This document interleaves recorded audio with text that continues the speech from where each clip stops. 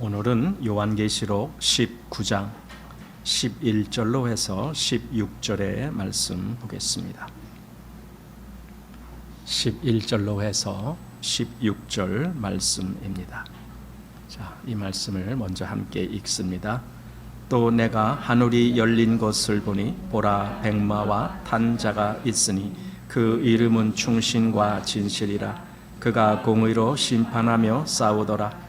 그 눈이 불꽃 같고 그 머리에 많은 면류관이 있고 또 이름 쓴 것이 하나가 있으니 자기밖에 아는 자가 없고 또 그가 피 뿌린 옷을 입었는데 그 이름은 하나님의 말씀이라 칭하더라.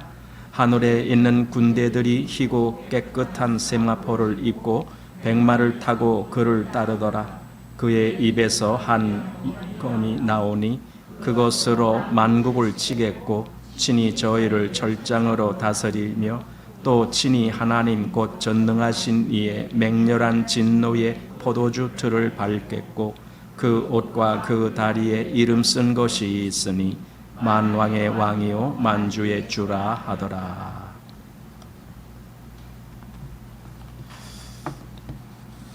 이제 오늘 이제 19장 두 번째 시간이 되겠습니다. 19장이면 벌써 이제 요한계시록의 거의 끝 마무리 정도 되는 그런 시점입니다.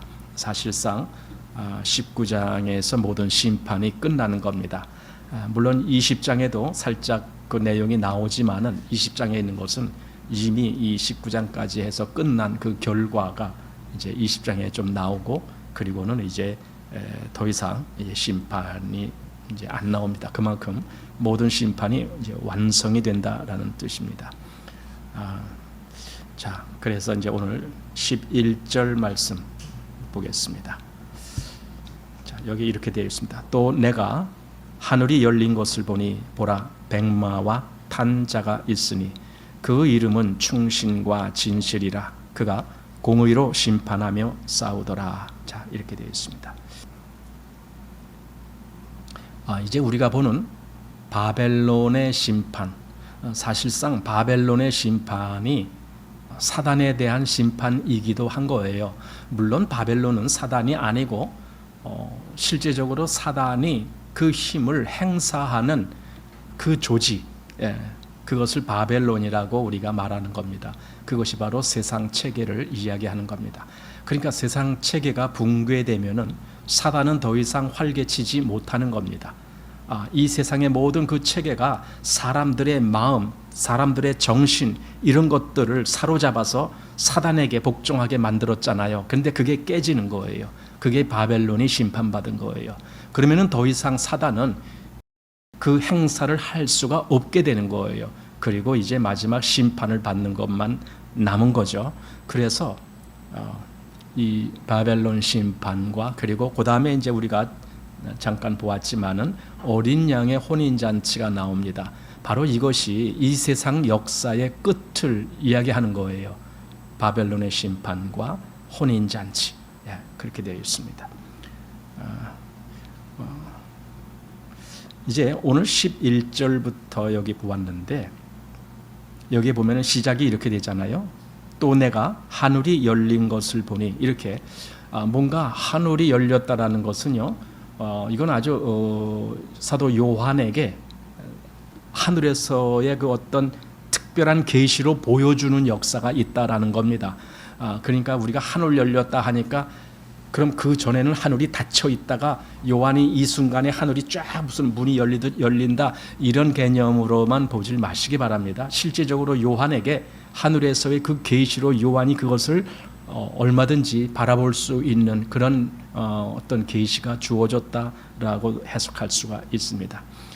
그러니까 이 마지막 최후의 심판에 대해서 사도 요한에게 다른 각도에서 이걸 또 보여주는 거예요. 그것이 11절. 그래서 시작이 또 이렇게 돼요. 또 내가 하늘이 열린 것을 보니. 그러니까 그 앞에서도 이미 하늘에서 되어지는 일들을 보았지만은 이제 또 이렇게 본다. 이제 이렇게 시작하는 겁니다. 그래서 하늘이 열린 것을 보니 합니다. 요한계시록에는 하늘이 열린다는 직접 하늘이 열린다고 하질 않고 어떤 때는 성전이 열린다 뭐 이렇게도 표현하지만 어쨌든 그런 말씀들이 4번 나와요. 첫째가 4장 1절, 여러분들이 잘 아실 겁니다. 하늘이 열리고 뭐 이리 올라오라 이런 소리를 듣고 이제 올라가는 그런 내용이 있다라는 것. 전에는 그걸 마치 교회가 들림 받는 것으로 해석했지만 그러나 교회가 아니고 그냥 사도 요한을 하나님이 부르신 걸로 그렇게 보는 것이 더 옳다라는 겁니다. 그래서 4장 1절에 나오고 그 다음에 11장 19절에 또 15장 5절에 그리고 오늘 본 19장 11절에 이렇게 하늘이 열린다라는 말씀이 이제 계속 나옵니다. 먼저 4장 1절에는 이렇게 되어 있습니다. 이 일 후에 내가 보니 하늘에 열린 문이 있는데 내가 들은 바 처음에 내게 말하던 나팔 소리 같은 큰 음성이 가로되 이리로 올라오라. 이후에 마땅히 될 일을 내가 내게 보이리라 하시더라. 그러니까 하늘에서의 차원으로 그 이후에 되어지는 일들을 보게 해 주셨다라는 겁니다. 왜냐하면 그 하늘에서의 차원이 아니면은 볼 수가 없는 일이죠. 미래의 일을 어떻게 봅니까? 사람에게. 그러니까 이건 하늘에서의 차원이고 계시로라야만이 볼 수 있는 그런 거다라고 이제 봅니다. 그래서 이렇게 하늘이 열린 다음에 뭐가 보여줬습니까? 7인. 그래서 7인을 떼는 첫 번째 인, 두 번째 인에서 7번째 인까지 그 역사가 나오고 또 7 나팔의 환상이 나오죠. 그래서 그걸 그대로 사도 요한이 보고 기록하는 그런 것을 보게 됩니다. 그 다음에 이제 11장 19절 말씀입니다. 이에 하늘에 있는 하나님의 성전이 열리니 성전 안에 하나님의 언약궤가 보이며 또 번개와 음성과 뇌성과 지진과 큰 우박이 있더라. 이렇게 이제 이 11장 19절에서 그러니까 하늘의 성전이 열렸다라는 것은 곧 하늘이 열렸다는 말과도 같은 의미겠죠. 그렇게 하늘의 성전이 열리고 그리고 12장부터 14장까지 뭐가 나오냐 하면은 다시 그 복음의 역사의 그 가장 중요한 핵심이 다시 보여지는 거예요. 그래서 예수님의 초림부터 시작해서 재림까지 그 전체 구속사를 요약해서 보여주는 것이 12장부터 해서 14장까지였다라는 겁니다. 그리고 그 다음에 또 15장 5절 말씀을 보면은 또 이 일 후에 내가 보니 하늘의 증거 장막의 성전이 열리며 이렇게 되어 있습니다. 이 15장 5절에 증거 장막의 성전이 열리고 그리고 어떤 역사가 그 뒤에 나오는가? 7 대접과 그 7 대접의 그 진노죠. 그리고 음료 곧 바벨론의 멸망까지 그 역사가 이제 세 번째 하늘의 증거 장막의 성전이 열리고 그 역사로 이어진 겁니다. 그리고 이제 오늘 19장 11절에 하늘이 열린 것을 보니 백마 탄 자가 있는 것을 이제 보는 거예요.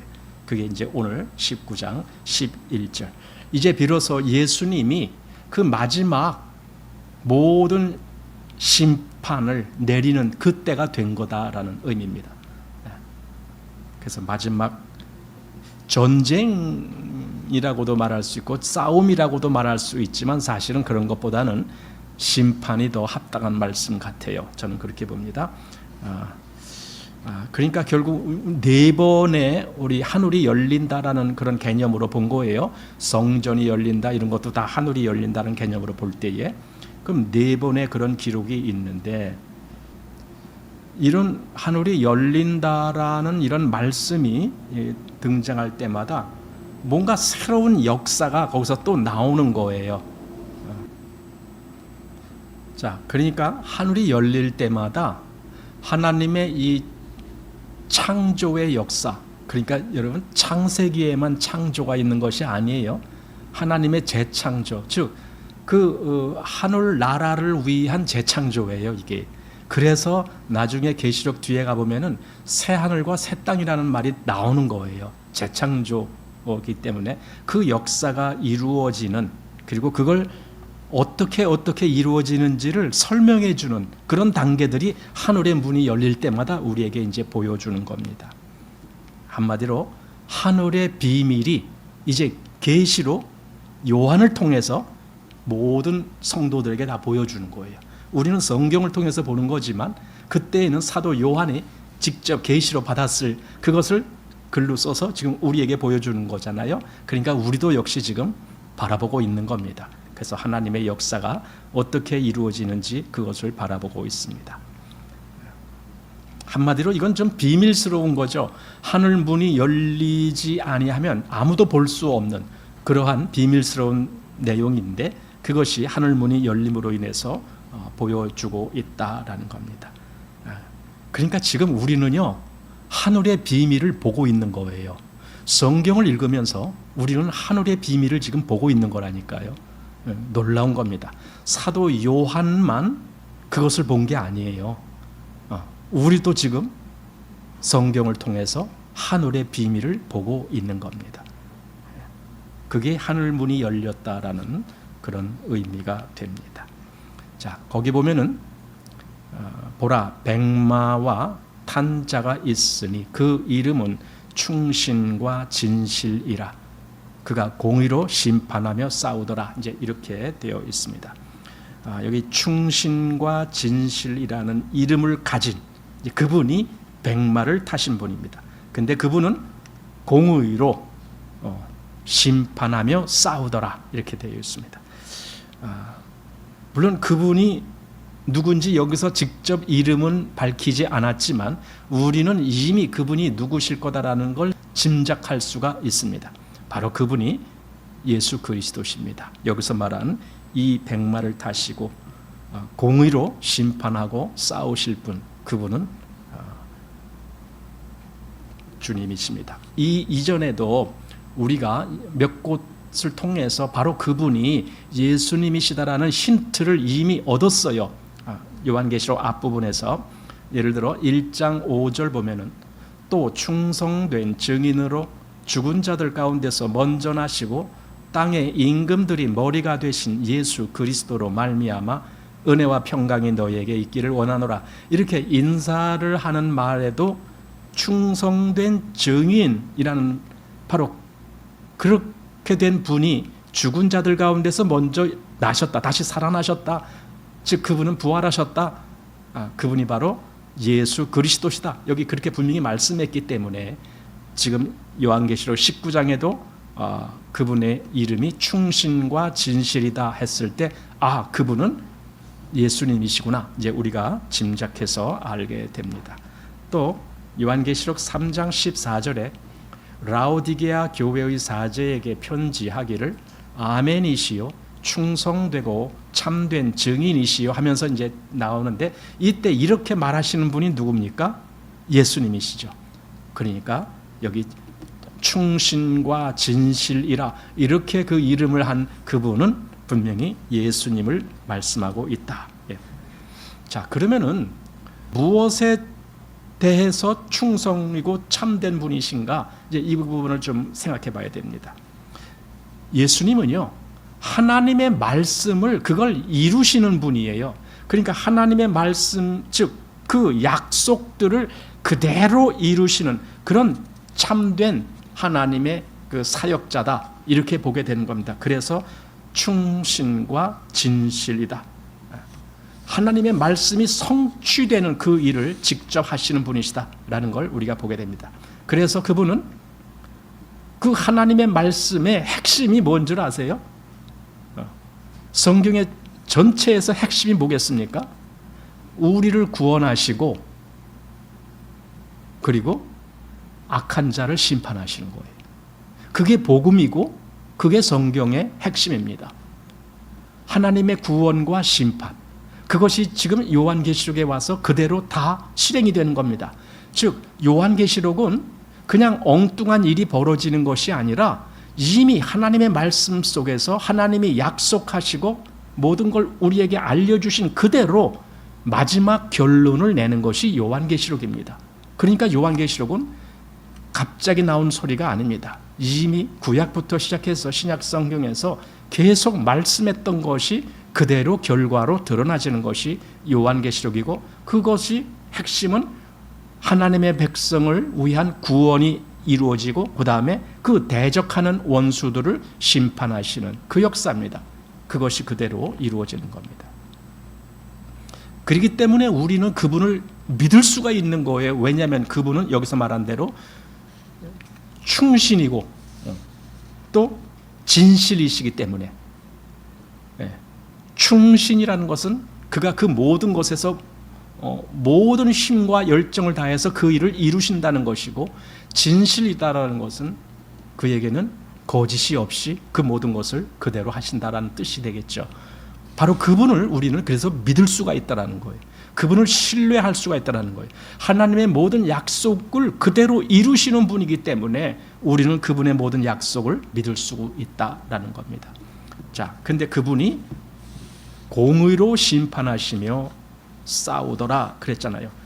공의로 심판하시며 싸운다. 이제 요한복음 5장 30절 말씀을 한번 봅니다. 내가 아무것도 스스로 할 수 없노라. 듣는 대로 심판하노니 나는 나의 원대로 하려 하지 않고 나를 보내신 이의 원대로 하려는 거로 내 심판은 의로우니라. 그러니까 예수님께서 친히 말씀하신 거죠. 왜 주님의 심판이 의로운 심판이 되느냐? 보세요. 하나님의 심판을 하나님이 하신다. 당연히 하나님이 하시는 거예요. 근데 그 하나님이 하시는 그 실행면에 있어서 그것을 직접 실행하시는 분이 예수님이신 거죠. 이 마지막 심판을. 그러니까 예수님의 심판이 여기 의로운 이유는 예수님의 마음대로, 예수님의 뜻대로 그렇게 하는 것이 아니라 예수님을 보내신 그 하나님의 뜻대로 심판하시기 때문에 그래서 의롭다. 지금 이렇게 말씀하시는 겁니다.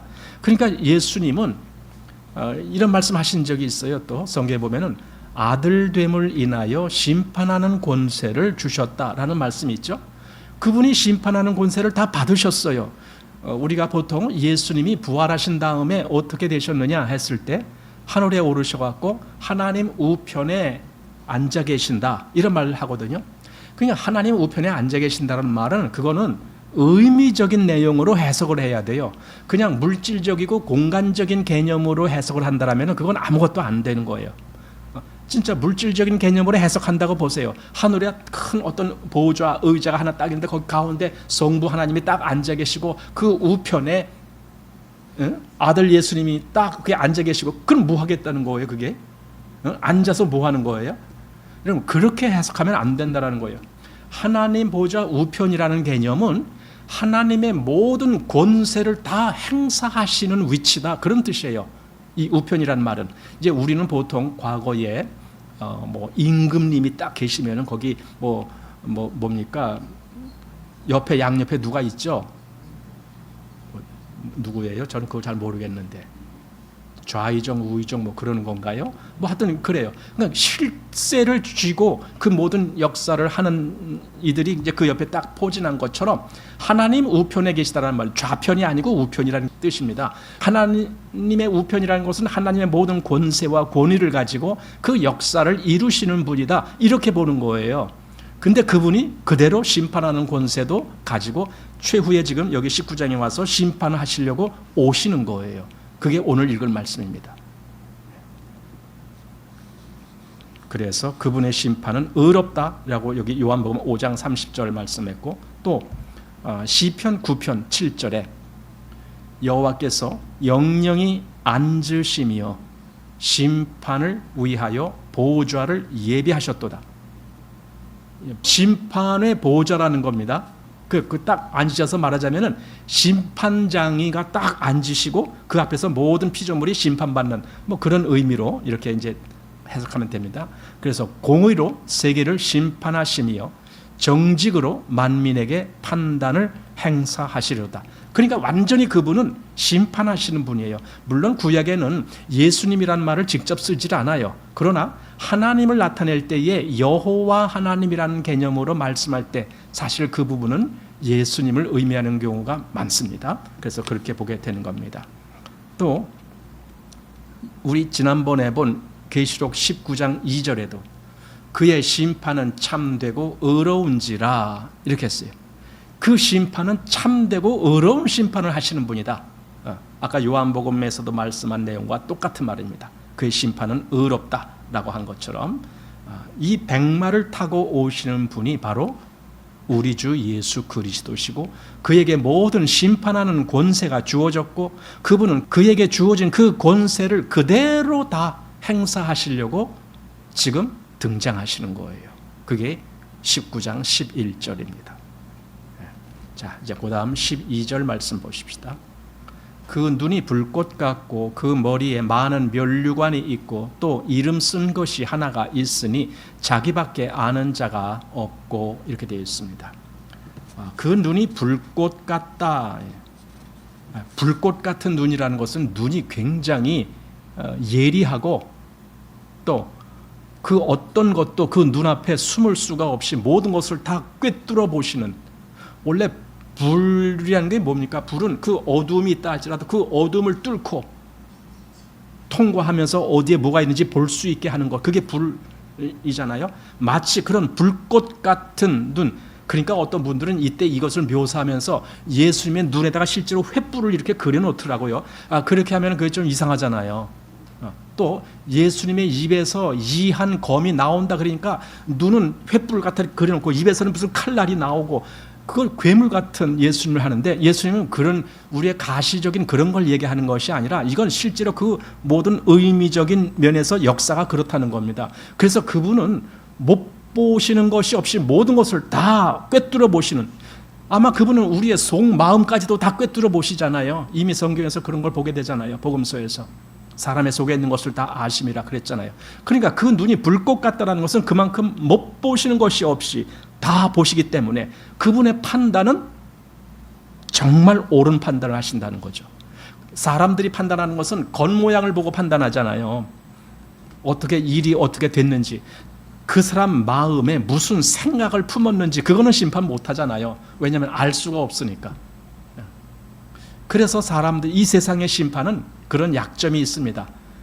죄를 판단할 때에 실제로 결과물을 가지고 판단하는 것이지, 너 왜 이런 나쁜 생각을 했어 하면서 그 생각을 나쁜 생각했다고 심판할 수는 없어요. 왜냐하면 너 왜 이런 나쁜 생각을 했어 할 때 그 사람이 나 나쁜 생각 한 적 없어요. 그러면 어떡할 거예요? 그러니까 이 속의 생각으로는 심판이 안 돼요. 그러나 예수님은 아니다는 거예요. 그 눈이 불꽃 같기 때문에 모든 것을 다 보신다는 거예요. 내 마음속까지. 그러니까 세상의 악한 무리들에 대한 심판도 아주 정확하게 이루어지실 것이다 라는 걸 보게 되는 겁니다. 그분의 심판은 잘못될 수가 없다. 이 앞에서도 요한계시록 1장 14절, 그 머리와 털의 희기가 흰 양털 같고 눈 같으며 그의 눈은 불꽃 같고, 그러니까 예수님을 묘사하는 내용인데 이미 1장에서 이렇게 나왔던 거예요. 그분의 눈은 불꽃 같고, 이렇게 또 2장 18절에 두아디라 교회에 보낸 편지에 두아디라 교회의 사자에게 편지하기를 그 눈이 불꽃 같고 그 발이 빛난 주석과 같은 하나님의 아들이 가라사대, 이렇게 돼 있잖아요. 그러니까 눈이 계속 불꽃 같다 불꽃 같다 이미 앞에서 그렇게 말씀을 했던 겁니다. 자, 그리고는 이제 우리 한번 이사야서 11장 말씀을 보겠습니다. 여기 보면은 1절에 이새의 줄기에서 한 싹이 나며 그 뿌리에서 한 가지가 나서 결실할 것이요.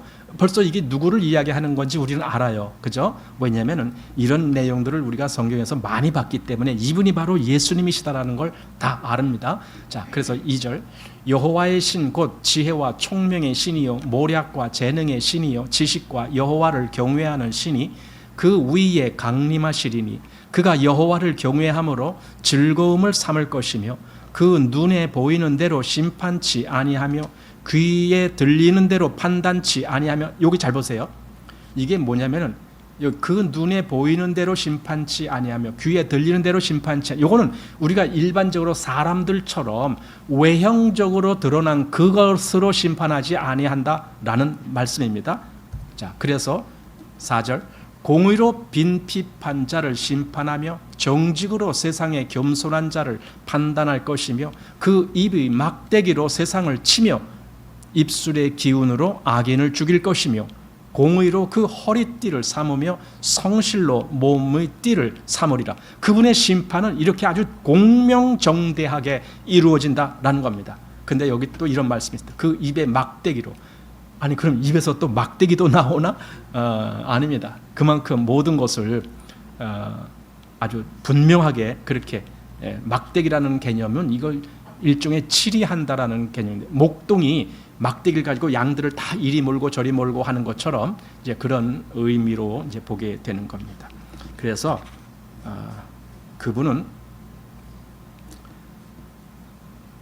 그 불꽃 같은 눈으로 모든 것을 다 꿰뚫어 보시는 그런 능력으로 보시기 때문에 그분의 심판은 정말 공의로우시고, 그리고 그분에게는 이렇게 볼 수 있는 눈만 있는 것이 아니라 여기 보니까 실제로 그분에게 통치권이 부여되고 그분은 그 모든 것을 심판하실 수 있는 능력, 즉 힘이 그분에게 있게 되는 겁니다. 보세요. 그냥 보기만 한다고, 예를 들어 어느 것이 잘못됐고 어느 것이 잘 된다는 걸 잘 보고 있어요. 그러나 내가 힘이 없다라면 막상 심판을 못 하잖아요. 세상에서는 가끔 그런 것이 있거든요. 어떤 악한 일을 저지른 사람이 높은 권세를 갖고 있으면 재판하는 재판관도 그게 무서워서 올바로 재판을 못하는 거예요. 왜냐하면 내가 잘못 재판했다가는 저분한테 내가 오히려 되맞을 것 같다. 그러면 재판을 못하고 당신 죄는 좀 그렇긴 그런데 어쨌든 무죄입니다. 뭐 이렇게 버리는 거예요. 그러면 뭐가 돼요? 재판관은요 힘이 있어야 돼요. 그러나 예수님은 볼 눈도 있을 뿐더러 재판할 수 있는 권세를 갖고 계신 분이에요. 그래서 공정한 심판을 하신다라는 겁니다.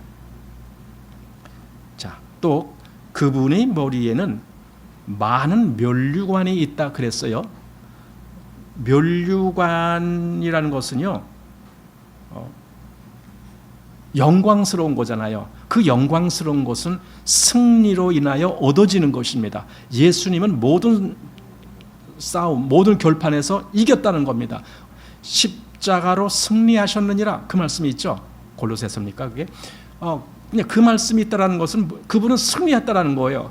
그분은 오히려 사망의 권세를 깨뜨리셨다는 거예요. 그러니까 승리자가 되는 것이고, 그래서 그 면류관이 있는데 그냥 면류관이 하나 있다라는 것이 아니라 많은 면류관이 있고 이랬습니다. 많은 면류관이 있고, 그러니까 그분은 그 모든 것을 승리로 얻은 면류관을 갖고 계시고, 그것뿐만 아니라 통치권, 세상을 얼마든지 다스릴 수 있는 권한, 그 통치권을 갖고 계시다라는 것을 그렇게 면류관으로 표시했습니다. 자, 그리고 또 하나, 이름 쓴 것이 하나가 있으니 자기밖에 아는 자가 없고, 이렇게 되어 있습니다. 이름 쓴 것이 있으니 자기밖에 아는 자가 없다. 그러니까 이거는 지금 요한도 모르고 있는 거예요. 거기에 무슨 이름이 쓰여져 있는지 모르고 있는 거예요. 그런데 여러분, 지금 여기 11절부터 지금 우리가 보는 데에는 그분의 이름이 여러 번 나왔어요. 우리가 읽었잖아요. 여러 번 나왔는데 지금 여기서 말한 그 이름은 자기밖에 아는 자가 없고, 이렇게 했습니다. 이거는요 실상 우리가 이름, 세상에서 말하는 이름, 누구를 호칭하는 이름, 그 이름을 말하는 이름이 아닙니다. 이건 그분만이 할 수 있는 이름, 그거예요. 그분만이 해결할 수 있는 이름. 왜냐하면 이름은요, 지금 우리는 이름을 누구를 부르기 위한 이름으로 이렇게 이름을 짓지만, 사실 이 성경에서의 이름은 부르기 위한 호칭의 문제가 아니고 그 이름의 뜻, 그게 문제인 거예요. 이게 무슨 뜻으로 이 이름이 주어졌느냐. 예를 들어 자기 백성을 저희 죄에서 구원할 자라, 그러면 이름을 뭐라고 하라고요? 예수.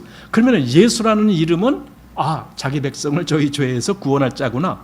그러면은 실질적으로 그 예수라는 이름을 가질 수 있는 자는 그 능력이 있어야 되는 거예요. 구원할 능력. 이게 그 이름의 실제적인 의미라는 겁니다. 근데 그 이름을 여기서 그 이름 쓴 것이 하나가 있는데 자기밖에는 아무도 모른다는 거예요. 그러니까 예수님만이 그걸 감당할 수 있는 이름. 앞에서 그 이름을 뭐라고 했느냐면 11절에는요 그 이름을 충신과 진실이라고, 이름을 그렇게 했어요. 또 13절에는 그분을 하나님의 말씀이라고 했고 16절에는 만왕의 왕이요 만주의 주라고 했고 그렇게 말씀을 한 것을 여기 기록했는데 왜 그 이름을 자기밖에 아는 자가 없다라고 그렇게 하셨는가? 그러니까 이 백마를 타고 오시는 분은요, 세상을 다스리고 심판하실 분인데 이 일을 어느 누구도 감당할 수가 없고 오직 그분만이 하실 수 있는 일이다 이거예요. 그래서 그 이름을 아무도 아는 자가 없다라는 거예요. 그분만이 그 일을 안다라는 겁니다. 그러니까 이름이라는 개념이 바로 그런 의미가 있다라는 겁니다. 우리 요한계시록 이 앞에서 5장에서 보면은 이렇게 되어 있습니다. 5장 2절 또 봄에 힘있는 천사가 큰 음성으로 외치기를 누가 책을 펴며 그 인을 떼기에 합당하냐 하니 하늘 위에나 땅 아래 능히 책을 펴거나 보거나 할 이가 없더라. 이 책을 펴거나 보거나 하기에 합당한 자가 보이지 않기로 내가 크게 울었더니 장로 중에 하나가 내게 말하되 울지 말라. 유대 지파의 사자 다윗의 뿌리가 이기였으니 이 책과 그 7인을 떼시리라 하더라. 자, 여기 인을 떼는 문제 우리 앞에서 이미 본 거지만 그 인을 뗀다는 것이 그냥 아무나 가서 인을 떼면 되지 않아? 이게 안 되는 거예요. 그러니까 그 두루마리를 7인으로 봉한 인이 있어요. 여러분, 인이라는 게 뭐 그렇게 대단한 거 아니에요. 일반적으로 보면은요, 옛날에 두루마리가 이렇게 있으면 이만큼 뭐 큰 거는 뭐 이렇게 둥그렇겠죠. 그걸 이렇게 갖고 끈으로 묶어 놓는 거예요. 그걸 뭐 7인이라 그러니까 7번 묶었는지 모르겠지만은 그렇게 해놓고 뭐가 거기다가 딱 뭐 인쳤다 뭐 그런 개념입니다. 그러니까 아니 일반적으로 보면은 두루마리를 묶어놓은 끈을 뭐 어느 사람이 못 끌릅니까? 아무나 가서 끌러도 되지. 그러나 여기서 말한 것은 그런 걸 얘기하는 게 아니거든요. 여기 인으로 봉했다라는 것을 다시 누가 그 인을 뗀다라는 개념은 그 인을 떼면은 그 두루마리에 기록된 그 모든 역사가 이루어지게 하는 그 능력이 있어야 되는 거예요. 그 자격이 있어야 그 인을 떼는 거예요. 그런데 아무도 없었는데 다윗의 뿌리 또 뭐라 그랬어요? 유대 지파의 사자가 이기셨다. 그래서 그분이 능히 떼신다. 그러니까 이기신 분이 떼는 거예요. 왜? 그렇게 할 능력이 있으니까. 그분에게 그런 권세가 주어지니까. 그래서 예수님이 그 인을 떼기에 합당한 자다 한 것처럼 그 이름이 그렇다는 거예요. 그 이름은 그냥 아무나 그렇게 알고 아무나 그렇게 하는 것이 아니라 예수님만 그 이름을 알 수가 있어. 왜냐하면 예수님만이 그 권세를 행하실 수 있기 때문에 그렇다는 겁니다. 자, 우리 출애굽기 6장 말씀 봅니다. 내가 아브라함과 이삭과 야곱에게 전능의 하나님으로 나타났으나 나의 이름을 여호와로는 그들에게 알리지 아니하였고 이런 말씀이 있어요. 아니 우리가 볼 때 아브라함, 이삭, 야곱이 하나님을 잘 알았죠. 그들은 믿음의 조상들이니까. 그런데도 불구하고 여기 하나님은 뭐라고 말씀하셨느냐? 내가 그들에게 전능의 하나님으로는 나타났지만 나의 이름을 여호와로는 그들에게 알리지 아니했다. 이런 말씀을 하는 거예요. 참 이게 좀 놀라운 겁니다. 이게 무슨 말이냐 하면은요, 여호와라는 이름의 의미 때문에 그래요. 여호와는 지금 그 의미대로 하나님이 역사하실 그 기회가 지금 이제 왔는데 그게 뭐냐? 그게 출애굽입니다. 출애굽은 하나님이 이스라엘을 건져내는 역사를 하는 거예요. 그러니까 그 이전에는 그 역사가 필요가 없었어요. 개인적으로 역사한 것이기 때문에.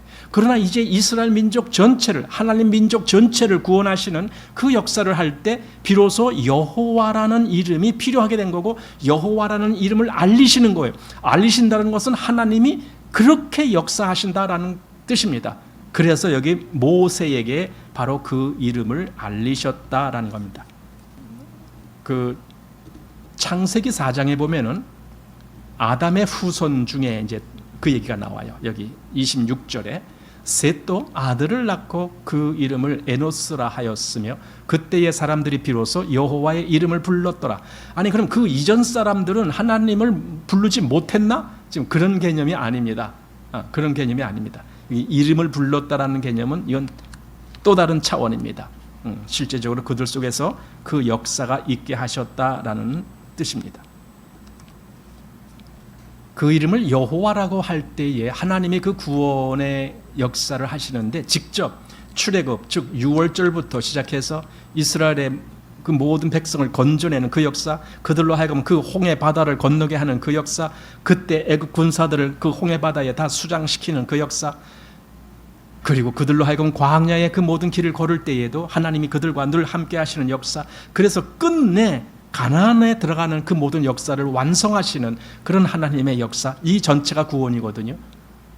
그런 역사를 하실 때 여기 그렇게 하나님이 비로소 그 이름을 여호와로 알리신다. 그것처럼 지금 여기 백마를 타고 온 이에게 그 이름이 하나 있는데 그 이름을 자기밖에는 아는 자가 없다. 그렇게 지금 말하고 있습니다. 자, 이제 13절 말씀입니다. 또 그가 피 뿌린 옷을 입었는데 그 이름은 하나님의 말씀이라 칭하더라. 예, 피 뿌린 옷을 입었다 이렇게 지금 합니다.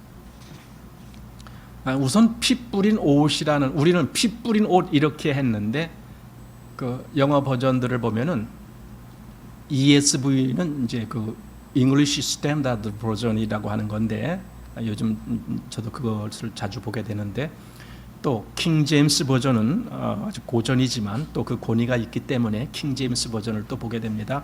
근데 그 두 성경에서 공이 여기 피 뿌린 옷이라는 개념을 어떻게 말을 했느냐면 이렇게 말했습니다. ESV는 He is clothed in a robe dipped in blood 이렇게 되어 있습니다. 또 킹 제임스 버전도 그렇게 되어 있어요. And he was clothed with a vesture dipped in blood. 이게 뭐냐면은요, dipped in blood 이렇게 똑같이 되어 있어요. 그리고 NIV도 이렇게 되어 있더라고요 보니까. 그럼 이게 뭐냐면은요, dip이라는 것은요, 여기 어떤 그 물이나 뭐가 있을 때 거기다 이렇게 쭉 담가서 다시 꺼내는 걸 말하는 거예요. 담갔다라는 겁니다. 그러니까 여기 dipped in blood, dipped in blood 이건 피에 담갔다라는 옷입니다. 단순히 옷에다 이렇게 뿌렸다가 아니고 피에 담갔다, 그런 의미로 지금 이 말씀을 하는 겁니다. 그러니까 우리말에는 피 뿌린 옷 이랬는데 피에 담근 옷 이렇게 하는 거예요. 피에 담근 옷, 그런 의미로 보는 것이 좋습니다. 그러면은 왜 이렇게 피에 담근 옷, 그만큼 완전히 옷이 피에 그냥 흠뻑 이렇게 절였겠죠. 이제 왜 그렇게 지금 말씀을 하느냐 하면은 과연 여기 피 뿌린 옷이라는 것을 어떻게 해석해야 되느냐라는 문제가 있기 때문에 그래요. 사실 저도 과거에는 이 피 뿌린 옷을 십자가에서 예수님이 피 흘리셨다 이렇게 이제 해석을 했었거든요. 그런데 지금 여러 가지 이렇게 책들을 보고 또 더군다나 이 요한계시록 바로 이 말씀이 기록된 앞뒤의 이런 문맥을 살펴볼 때에 십자가에서 피 뿌린 것이다라고 해석하기보다는 또 다른 의미로 해석을 하는 것이 옳지 않겠는가라는 생각을 하여 그 또 다른 의미가 뭔가, 이건 진노할 때 튄 피에 옷이 물든 것이다 라는 거예요. 그 진노의 포도주 틀을 밟는다 이런 말씀 들어보셨죠? 그때 그 포도주가 튀어갖고 옷이 다 이렇게 물들었다라는 그런 의미로 말씀하신 것을 보게 됩니다. 자, 이사야서 63장 한번 보시기 바랍니다. 에돔에서 오며, 자, 에돔에서 온다라는 것은 에돔을 심판하고 오신다 지금 그 말이에요. 그래서 에돔에서 오며 홍의를 입고, 홍의가 여기서는 그 붉은 옷, 왜 붉은지는 그 뒤에 나와요. 자, 홍의를 입고 보스라에서 오는 자가 누구뇨? 그 화려한 의복, 큰 능력으로 걷는 자가 누구뇨? 그는 내니 의를 말하는 자요 구원하기에 능한 자니라. 어찌하여 내 의복이 붉으며 내 옷이 포도주 틀을 밟는 자 같으냐. 이게 이제 질문이에요. 왜 당신 옷이 붉습니까? 이제 질문하는 거야. 그때 이제 만민 중에 나와 함께한 자가 없이, 이게 대답이에요. 만민 중에 나와 함께한 자가 없이 내가 홀로 포도주 틀을 밟았는데 내가 노함을 인하여 무리를 밟았고 분함을 인하여 짓밟았으므로 그들의 선혈이 내 옷에 튀어 내 의복을 다 더럽혔음이니. 그러니까 이 진노를 그들에게 했더니 그들의 피가 내 옷에 다 튀었다. 지금 그런 개념입니다. 그래서 내 옷이 이렇게 붉게 됐다. 이렇게 붉게 됐다. 그 의미로 지금 여기 계시록에서 말씀을 하신 것이다 라고 이제 보게 되는 겁니다. 그래서 여기 이제 63장 3절 본데 63장 4절 말씀을 보면은 이는 내 원수 갚는 날이 내 마음에 있고 내 구속할 해가 왔으나 이렇게 되어 있습니다. 이게 뭐냐면 이제 하나님은 구체적으로 예수님이 그 일을 하시는데 예수님은요 심판과 구원을 동시에 하시는 분이에요. 그게 맞아요. 그렇게 안 되면은 이게 온전한 구원이 될 수가 없어요. 심판할 자를 심판하셔야 온전한 구원이 이루어지는 겁니다. 이스라엘을 그 홍해 바다로 건너게 하실 때 이스라엘을 구원하시면서 무슨 심판을 하신 거예요? 애국 군사들을 다 그 물에다 심판하셨잖아요. 동시에 지금 여기서도 하나님의 백성들을 구원하시면서 그 원수들을 다 진노로 심판하시는 그 예수님의 모습이 여기 나타나고 있는 겁니다. 바로 그것이 그분이 그 옷이 붉은 피로 물든 그래서 피 뿌린 옷을 입었는데 이제 이렇게 했을 때 피에 완전히 담근 옷처럼 그렇게 완전히 피에 쩔었다 뭐 그런 의미로 해석을 하게 된다라는 겁니다. 그리고 그 이름은 하나님의 말씀이라 칭하더라 그랬습니다. 예, 그분이 하나님의 말씀입니다. 우리 요한복음 1장에서도 이미 그걸 봤습니다. 태초에 말씀이 계시니라 이 말씀이 하나님과 함께 계셨으니 이 말씀은 곧 하나님이시라. 태초에 말씀이 계시니라. 여기서는 그냥 말씀 그랬지만 지금 우리 요한계시록에서는 하나님의 말씀 또 이렇게 살짝 조금 변형됐지만 어쨌든 의미적으로는 같은 의미로 보게 됩니다. 또 이사야서 55장 11절 말씀 보십시오. 내 입에서 나가는 말도 헛되이 내게로 돌아오지 아니하고 나의 뜻을 이루며 나의 명하여 보낸 일을 형통하리라. 자, 이 말씀이 뭐냐면은 아까 하나님의 말씀이다라고 할 때에 그 말씀이 뭐냐면은 하나님의 말씀이라는 것은 그 말씀은 반드시 이루어지는 말씀이다는 거예요. 그건 절대로 어그러질 수가 없다. 그러니까 그 하나님의 말씀은 반드시 이루어지는 거야. 그런데 여기 지금 이사야서 55장에 보니까 하나님의 입에서 나가는 그 말씀도 내게 헛되이 돌아오지 아니하고 나의 뜻을 이루며 나의 명하여 보낸 일을 형통하리라. 그러니까 하나님의 말씀이라는 게 뭐냐? 하나님의 뜻을 이루고 그 모든 것을 다 형통하는 그런 것이 하나님의 말씀이다라는 거예요.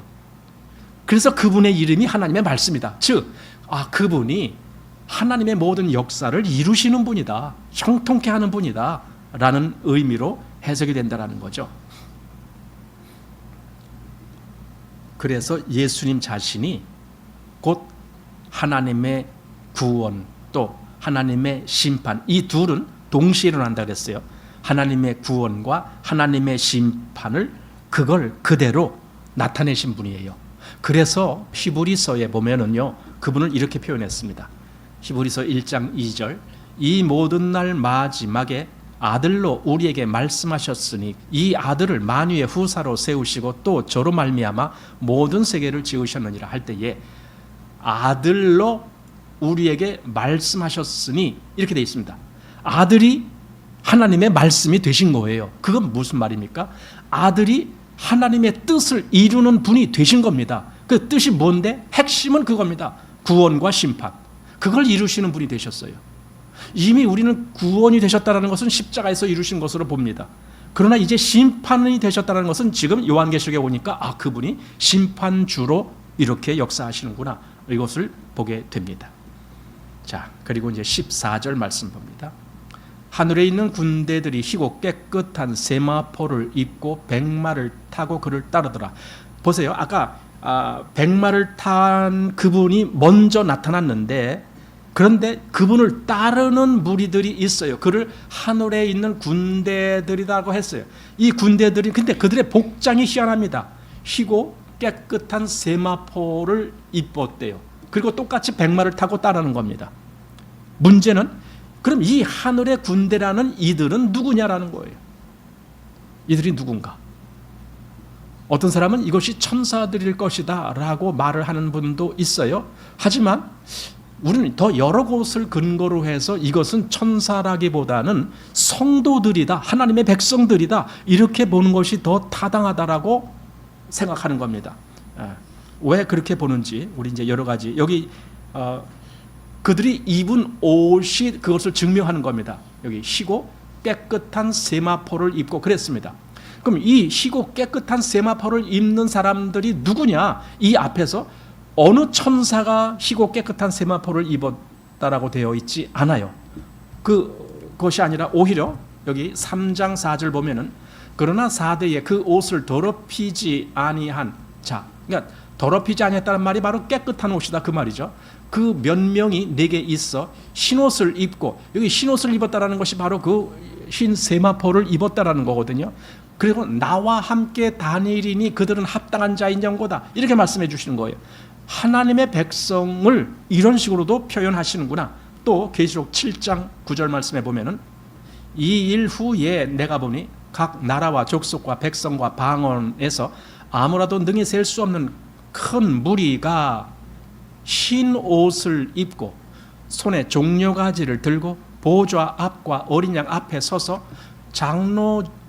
여기까지 이제 여기서 흰 옷을 입고 보좌 앞에 선 이들이 그때 성도들이었거든요. 그리고 이제 좀 건너뛰어서 13절에 보면은 장로 중에 하나가 응답하여 내게 이르되 이 흰옷 입은 자들이 누구며 또 어디서 왔느냐, 이렇게 일부러 요한에게 질문했어요. 질문한 이유는 요한이 답하기를 기다리기 때문에 질문한 것이 아니라 그걸 알려주기 위해서 질문한 거예요. 그랬더니 요한이 난 모릅니다. 그건 당신이 알지 않습니까? 지금 그래요. 내가 가로되 내 주여 당신이 알리이다 하니 그가 나더러 이르되 이는 큰 환난에서 나오는 자들인데 어린 양의 피에 그 옷을 씻어 희게 하였느니라. 제가 늘 말씀드리는 거지만 아니 어떻게 피에 옷을 씻었는데 희게 됐느냐, 이게 말이 안 되지 않느냐. 그러니까 이 일반적인 개념으로는 피에다가 옷을 씻어 보세요, 빨아 보세요, 옷이 시뻘개지는 거지 어떻게 희게 돼요. 그러나 이건 그런 의미가 아니라는 거예요. 이런 물리적인 가시적인 그런 의미가 아니고 의미적으로 해석을 해야 된다.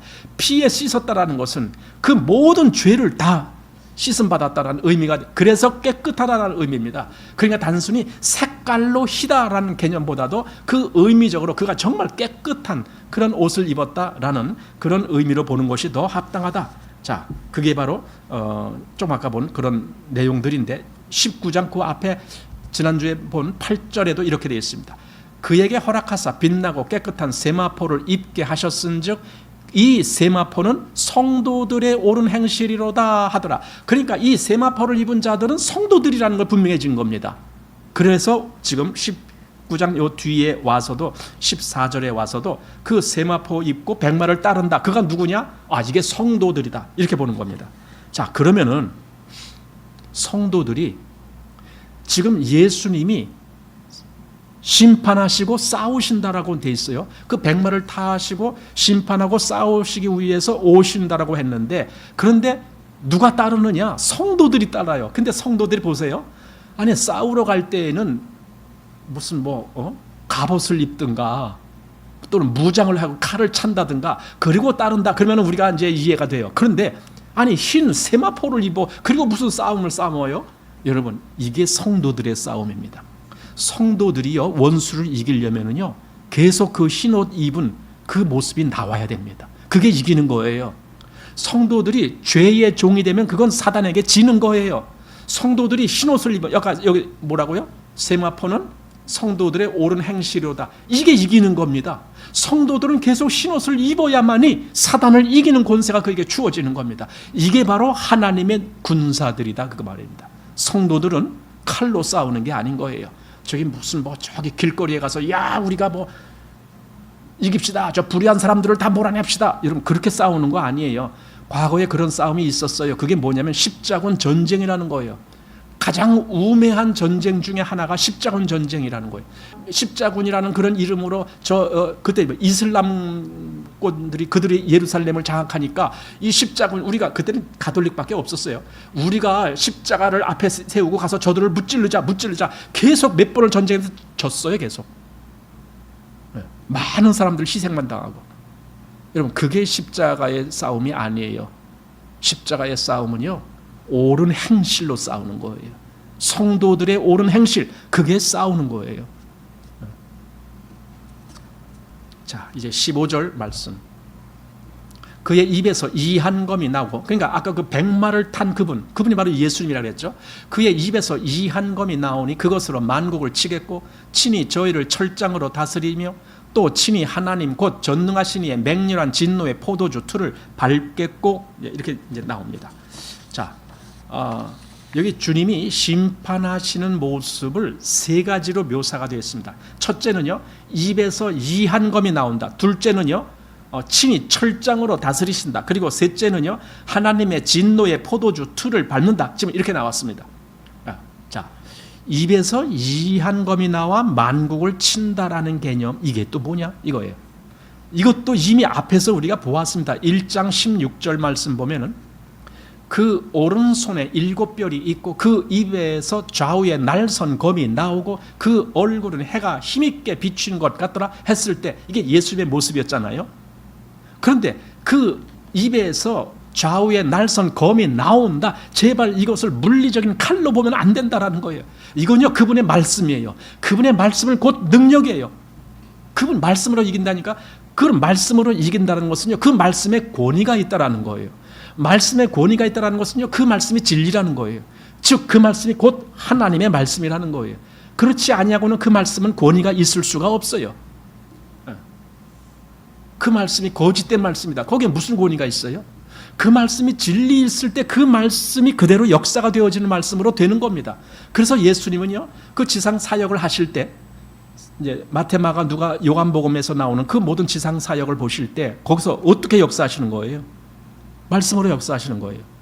예를 들어 저 바다, 갈릴리 바다에서, 사실 호수지만은 그 갈릴리 바다에서 물고기 잡는 야고보, 요한 이들 보고 뭐라 그래요? 나를 따르라. 아니 그런다라고 따라가요? 여러분 생각해 보세요. 그들이요, 그 배와 그물을 버려두고 쫓아갔다 그랬어요. 배와 그물을 버려두고 쫓아갔다는 말은요, 모든 직업을 다 팽개쳤다는, 자기 세상에서 이제 먹고 사는 직업을 팽개치고 쫓아갔다. 심지어는 자기 부친 아버지도 같이 있었는데 그 아버지도 다 버리고 도망갔다 그래요. 아니 이런 역사가 뭐냐 말이에요. 또 그 세리가 세관에서 그 일을 할 때에 나를 따르라 하니까 그 세리가 그 세관에 있는 모든 걸 다 버려두고 쫓아갔다 그래요. 그 마태를 얘기하는 거거든요. 그 말은 곧 그 말이 능력 있는 역사가 된단 말이에요. 그래서 죽은 지 나흘이 돼서 무덤에 잠겨 있는 그 나사로를 보고 나사로야 나오라, 그 말 한마디로 그가 나오는 거예요. 38년 된 병자 보고 일어나 내 자리를 들고 걸어가라 라는 말로 그 모든 역사가 일어나는 거예요. 그러니까 그분의 말은요, 말이 곧 그대로 실행이 되는 거예요. 그래서 그분이 모든 악한 여기 대적자들을 심판하는 말 한마디에 그들은 다 심판받는 거예요. 이게 입에서 나오는 좌우의 날선 검이 되는 거예요. 그 말씀이.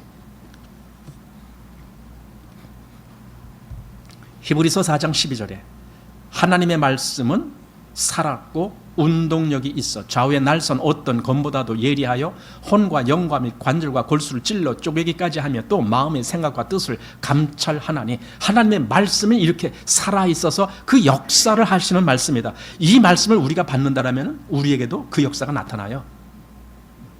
말씀의 찔림이 오죠. 말씀의 찔림. 이사야서 49장 2절 내 입을 날카로운 칼같이 만드시고 나를 그 손 그늘에 숨기시며 나로 마광한 살을 만드사 그 전통에 감추시고 할 때에, 여기 날카로운 칼같이 만드셨다라는 말, 내 입을 여러분, 그러니 입에서 나오는 말이 얼마나 사람들을 찔러 쪼개기까지 하는 그런 말로 들려질까, 지금 그 말입니다. 우리 신약 성경에서도 이런 말씀을 볼 수 있는데 데살로니가 후서 2장 8절 그때에 불법한 자가 나타나리니 주 예수께서 그 입의 기운으로 저를 죽이시고 강림하여 나타나심으로 패하시리라. 그러니까 그분이 다시 오실 때에 뭘로 심판하느냐 했을 때 입의 기운. 그래서 입의 기운. 입의 기운은 또 뭐예요? 그냥 입에서 입김을 확 불어댄다는, 그래서 불이 나와서 뭐 이런 거 아니에요. 말씀이 그렇다는 거예요. 그래서 마치 입에서 예리한 칼이 나오는 것과 같이. 자, 그러니까 첫 번째는 그분은 그런 특징으로 그렇게 입에 날카로운 칼로 심판하신다. 두 번째는 철장으로 다스리신다는 말씀이 있습니다. 그런데 이 말씀도 이미 봤습니다. 계시록 2장에 보면은 27절에 그가 철장을 가지고 저희를 다스려 질그를 깨뜨리는 것과 같이 하리라. 나도 내 아버지께 받은 것이 그러하니라. 보세요. 철장을 가지고 그분은 심판을 하시겠다는 거예요. 철장이 뭔지 잘 모르겠습니다. 뭐 이만한 쇠사슬 끝에 매어 달리는 무슨 쇠 뭉치 같은 거 뭐 그런 걸 얘기하는 건지 모르겠지만 어쨌든 그걸 휘두르면 모든 게 다 깨진다라는 거예요. 그와 같이 지금 여기서 묘사를 한 겁니다. 계시록 12장 5절에도 여기 그 여자가 낳은 아들 얘기가 나오죠. 여자가 아들을 낳으니 이는 장차 철장으로 만국을 다스릴 남자라. 이 얘기 우리가 봤잖아요. 또 시편 2편 9절에 이 시편 2편은요 바로 이런 내용이 아주 거기 농후하게 나오는 내용입니다. 이 모든 이방 열방이 하나님을 비웃죠. 그 기름 부음 받은 자를 비웃죠. 그러나 그가 너희를 철장으로 다스릴 거다. 여기 2장 9절에 내가 철장으로 저희를 깨뜨리며 질그릇같이 부수리라 하시도다. 이렇게 심판하신다. 이게 주님의 심판의 모습, 두 번째 모습이었습니다. 그리고 세 번째 심판의 모습은 포도주 틀을 밟는 거예요. 포도주 틀에 대해서는 제가 말씀드린 적이 있어요. 이미 그 재래식 전통적인 방법이 뭐냐면은 큰 이런 뭐 통 같은데 가운데 기둥 하나 있고 그리고 거기다 포도를 잔뜩 이렇게 넣은 다음에 그 뚜껑을 위에서부터 그 가운데 기둥에 구멍이 있는데 거기서 쭉 내리면서 뚜껑을 이렇게 탁 닫아요. 그리고는 그 뚜껑 위에 이제 아주 무거운 사람, 몸무게 한 120kg 나가는 사람이 두 사람이 올라가서 막 밟아요. 그 전에 어느 영어 책을 보니까 호주에서는요 그 경기가 있어요. 그런 통이 몇 개가 있어요. 그래서 선수를 뽑아요. 두 명씩 짝지어서 누가 많이 정해진 시간에 빨리 이 포도즙을 많이 짜내는가. 그러니까 올라가서 땅 하면은 막 뛰고 야단하는 거 그런 거예요. 그러면 그 밑에 이제 그 이 통 맨 밑에 이만한 구멍이 있습니다. 그 구멍으로 이제 포도즙이 줄줄줄줄 이렇게 흘러. 그래서 결국 그걸로 이제 포도주 담그는 거죠. 그렇게 하는 거예요. 그런데 생각해 보세요. 그 안에 있었던 포도들은 다 어떻게 됐겠어요? 다 뀌지는 거죠. 뀌지는 거. 여러분 포도 사갖고 한 몇 송이 사갖고 이렇게 갖고 오는데 그 위에 무거운 거 또 다른 걸 사갖고 얹혀놓고 갖고 와봐요. 그 집에 와서 펴보면 어떻게 돼요? 아주 포도주가 되는 거죠. 그러니까 포도주 틀을 밟는다라는 개념이 그겁니다. 완전히 짓눌러서 으깨는 것과 같은 그런 심판을 하시겠다라는 겁니다. 얼마나 그 심판이 큰지 여기 이런 것도 있습니다. 계시록 14장 20절 성 밖에서 그 틀이 밟히니 틀에서 피가 나서 말굴레까지 닿았고 1600 스타디온 굉장히 넓은 지역인데 그렇게 그 포도 그러니까 말은 피가 마치 그렇게 흘렀다라는 그런 의미로 그렇게 말씀합니다. 자 이제 마지막 16절입니다. 그 옷과 그 다리에 이름 쓴 것이 있으니 만왕의 왕이요 만주의 주라. 여기 이름이 또 나옵니다. 아까 뭐 그 이름은 자기만 알고 아무도 모른다라고 했는데 자꾸만 이름이 나옵니다.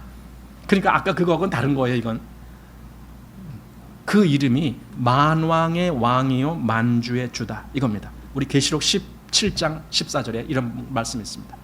저희가 어린 양으로 더불어 싸우려니와 어린 양은 만주의 주시요 만왕의 왕이심으로 저희를 이기실 터이요.